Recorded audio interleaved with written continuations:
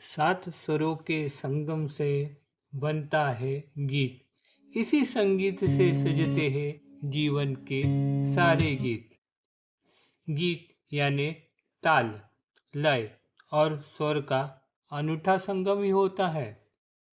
वेदों और शास्त्रों के अनुसार यह विश्व स्पंदनों से यानी वाइब्रेशन से बना हुआ है। मटेरियल लाइट इससे पहले ध्वनि यानी साउंड का अस्तित्व था।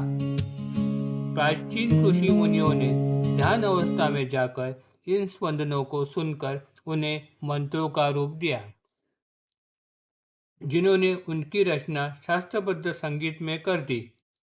आज के मॉडर्न साइंस में ईसीजी, एमआरआई स्कैन द्वारा यह स्पष्ट हो चुका है कि क्लासिकल संगीत से दिमाग के बीटा बेस कम होते हैं और अल्फा बेस बढ़ जाते हैं, जिससे वह रिलैक्सेशन शांति का अनुभव इंसान को आ जाता है। संत कबीर कहते हैं, मन चंगा तो कटौती में गंगा। यानी सारे दुख, कष्ट, रोग का मूल कारण ही चित्त का अस्वस्थ होना है और चित्त प्रसन्न का सहज सुलभ साधन है स्वर साधना, जिससे ब्रह्मानंद की प्राप्ति सहज ही हो जाती है। योग और संगीत का गहरा संबंध है। महर्षि पतंजलि कहते हैं, चित्तवृत्ति निरोधकस्य योग। योग यानी चित्तवृत्ति का निरोध ही है, जिससे मन गहरे समाधि में जाकर अपूर्व आनंद की प्राप्ति कर लेता है। शांत सरोवर में अगर किसी वजह से तरंगे निर्माण हो तो वो विचलित हो जाता है।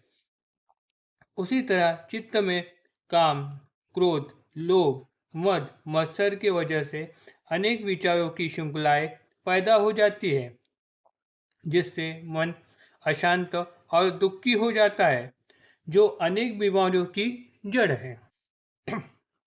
ऐसे विचलित चित्त को एकाग्रता के लिए योग, ध्यान या फिर शास्त्रोक्त संगीत का श्रवण यही उपाय है। वेदों में नाद ब्रह्म का वर्णन किया गया है। ओमकार ये ब्रह्मांड का प्रथम नाद है। ओमकार के नित्य ध्यान से चित्त शुद्ध हो जाता है, यानी मन के जड़त्व का नाश होकर वह सूक्ष्म हो जाता है। शरीर में बसे आत्मा को परमात्मा की अनुभूति प्राप्त हो जाती है। वेदकालीन ऋषि मुनियों को उनके अंतर्मुख ध्यान अवस्था में यह ज्ञान हो गया था कि ओमकार का अगर अलग अलग स्वरों में और अलग अलग पद्धति से उच्चार किया जाए तो मानवीय शरीर, मन तथा बाह्य सृष्टि पर इसका अलग परिणाम होता है। संपूर्ण विश्व में नाद से भरा हुआ है। हर एक अणु रेणु में सुर और लय है।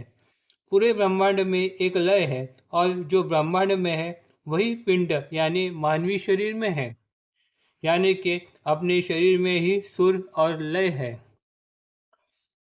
मन पर प्राणवायु का नियंत्रण रहता है। स्पष्ट स्वरूप में किए गए शब्दोच्चार द्वारा दीर्घ, ह्रस्व, मध्र, मध्यादि विशिष्ट पद्धति में स्वर, लय, ताल, मात्रा या सम्यक योग साधते हुए शुद्ध और पवित्र वाणी से मन के एकाग्रता से किया गया उच्चार मंत्रोच्चार कहलाता है। इसका उचित परिणाम सामने आता है। इस बात को विज्ञान भी मानने लगा है। बार्सिलो मेडिकल यूनिवर्सिटी ने ओमकार पर रिसर्च करके यह निष्कर्ष निकाला है कि ओमकार के लयबद्ध जप के द्वारा दिमाग पे अनुकूल परिणाम होता है, जिससे रक्तदाब नियंत्रित हो जाता है। जिन्हें निद्रा दोष है वो अगर सोने से पहले अगर ओमकार का जाप करे तो उन्हें गहरी अच्छी नींद प्राप्त हो जाती है। इसी तरह संगीत में भी ब्रह्मानंद सरोवर का आनंद देने वाली शक्ति है। भारत में प्राचीन काल में इसकी परंपरा चली आई है। नियमित, लयबद्ध, सुसबद्ध और सुनिश्चित तरंग लहरी यानी नाद कहलाते हैं। संगीत ये नादात्मक तरंगों से लहरी से मुक्त रहता है। इसका विशेष प्रभाव नजर आता है। यह जानते हुए हमारे प्राचीन ऋषि मुनियों ने वेद की रचना तालबद्ध संगीत यानी लय में गाकर गीत स्वरूप में की। परिणाम स्वरूप उनके द्वारा जो कुचाओं का गायन होता था उसका गायन को गीत स्वरूप प्राप्त हो गया। गीत यानी रंजक, स्वर योजना यानी आत्मरंजन। संगीत की शक्ति की पहचान तानसेन द्वारा गाए गए मेघ मल्हार के गायन से हो जाती है। कहते हैं वो जिस जगह मेघ मल्हार गाया करते थे वहाँ पर बारिश शुरू हो जाती थी। भारतीय शास्त्रीय संगीत को क्लासिकल म्यूजिक भी कहते हैं। भारतीय शास्त्रीय संगीत ऐसा संगीत है जो स्वर, ताल, लय एवं राग आदि के शास्त्रीय नियमों के आधार पर बजाया जाता है, इसलिए वो शास्त्रीय संगीत कहलाता है। शिरडी के साईं बाबा भी संगीत के चाहता थे। साई का रंग गोरा था, वो हट्टे कट्टे और ऊंचे थे। संत मेहरे बाबा कहते हैं कि बाबा की आंखें तो सूर्य नारायण से भी तेज से पनपती थी। उसका वर्णन तो असंभवनीय है। उनकी नज़रों से नज़र मिलाने की हिम्मत किसी में भी ना थी। जब वो क्रोधित हो उठते थे तब उनकी आंखों से बरसाने वाले अंगार सामने वाले को जला के भस्म कर देगा, इतना प्रखर होता था। लेकिन जब वो प्रसन्नचित हो उठते थे तब उनकी कृपा दृष्टि की अमृत वर्षा में सामने वाले के रोम रोम में आनंद और सुख की बौछार कर देती। उसका अस्वस्थ मन तुरंत शांत हो उठता, वह सारी चिंताओं से तुरंत मुक्त हो जाता। यह था उनके कृपा दृष्टि का सामर्थ्य। साई की आवाज में भी मधुरता और कोमलता थी। बाबा मस्जिद में रहने से पहले तकिया यानी कि गांव में बाहर से आने वाले पीर फकीरों के रहने के लिए बनाया गया विश्रांति स्थल में रहा करते थे। वहीं पे वो पाँव में घुंघरू बांध के खंजीर के ताल पे अति सुंदर मोहक नृत्य किया करते थे और अपनी मधुर आवाज में गाते भी थे। साई को जैसे मस्जिद में दिया बत्ती करने का शौक था, वैसे ही मस्जिद में गायन वादन सुनने का भी वो आदी थे। साई दयालु स्वभाव के थे। उनकी गरीबों को दान धर्म करने की आदत के वजह से उनके दरबार में अनेकों लोग आते थे।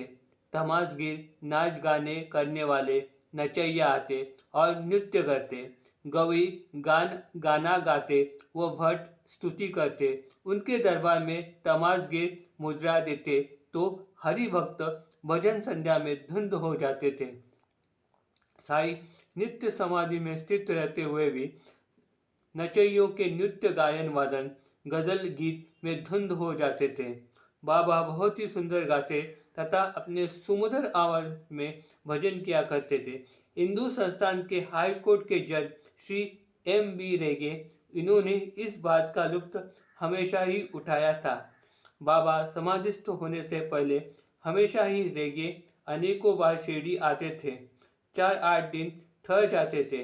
वह कहते हैं कि बाबा को तो जन्म से ही गायन और वादन की रुचि थी। विशेष तौर पे उन्हें भजन कीर्तन ज़्यादा पसंद आता था। बाबा ने एक बार रेगे को अपने सम्मिलित करके खुद उनके साथ सुमधुर गायन किया। बाबा ने करीबन 1 घंटे तक अप्रतिम भजन किया। इस तरह का भजन रेगे ने कभी सुना नहीं था और आगे भी उनके सुनने में नहीं आया। साई तो अनंत के भवसागर ही थे। जो भक्त भाग्यशाली हुआ करते थे वही उसका परमानंद का लुत्फ उठाते हुए उस भवसागर में डूब जाते थे। आनंद ब्रह्मोति, यह श्रुति का वचन जानी जन के वाचन में आता है, लेकिन शिरडी में आने वाले भाविकों को उसका वास्तव में अनुभव मिल जाता था। परमार्थ के पद पर भी आनंद स्वरूप स्थितियाँ जैसे वेद वचनों में न उलझते हुए भगवत भक्ति द्वारा जीवन में सांसारिक मोह माया में न फंसते हुए मन की समाधानी वृत्ति बनाए रखने पर वास्तव में सुख समृद्धि और शांति प्राप्त हो सकती है। यही साई का उपदेश था। Om Sai Ram. Please like and subscribe my channel.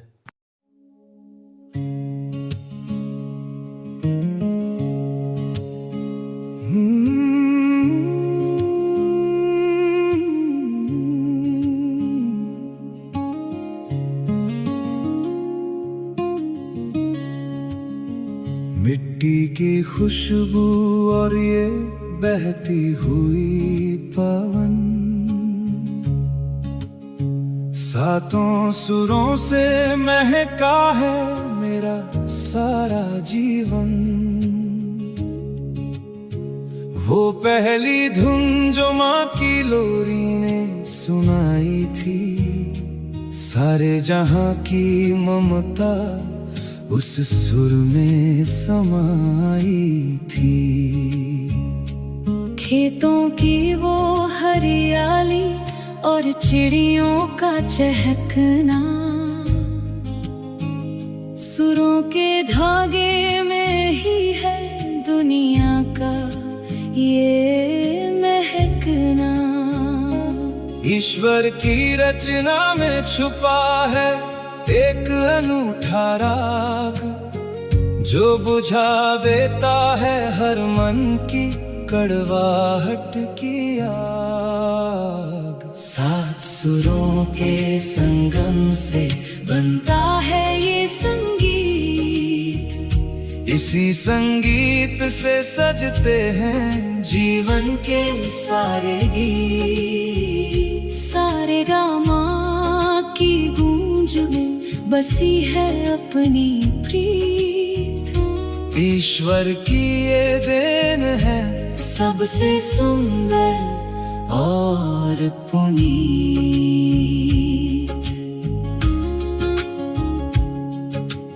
दुखों की धूप हो या फिर सुख की घनी छाया, संगीत ने ही हर पल हमें जीना सिखाया। जब हार कर बैठ जाए ये थका हुआ मन, तब मृदंग की थाप देती है नया एक जीवन। भजन की उस शक्ति में है रूह का ठिकाना, सुरों की सीढ़ी चढ़कर ही है प्रभु को पाना। कण कण में बसता है उसका ही मधुर आलाप, मिट जाते हैं धुन सुनते ही सारे संताप। सात सुरों के संगम से बनता है ये संगीत, इसी संगीत से सजते हैं जीवन के सारे गीत। सारे गामा की गूंज में बसी है अपनी प्रीत। ईश्वर की ये देन है सबसे सुंदर और पुनीत। नदियों का ये कलकल और झरनों का ये शोर, खींचती है सुरों की ये अनकही सी डोर। सांसों की इस सरगम में छुपा है एक राज, हर धड़कन में बजता है भक्ति का ही साज। विश्वास के सुरों को तुम कभी ना डगमगाने देना, प्रेम के इस संगीत को तुम कभी ना जाने देना। यही है वो रास्ता जो जाता है सीधे परलोक, सुरों के इस अमृत से मिटता है सारा शोक। सात सुरों के संगम से बनता है ये संगीत, इसी संगीत से सजते हैं जीवन के सारे गीत। सारे गामा की गूंज में बसी है अपनी प्रीत।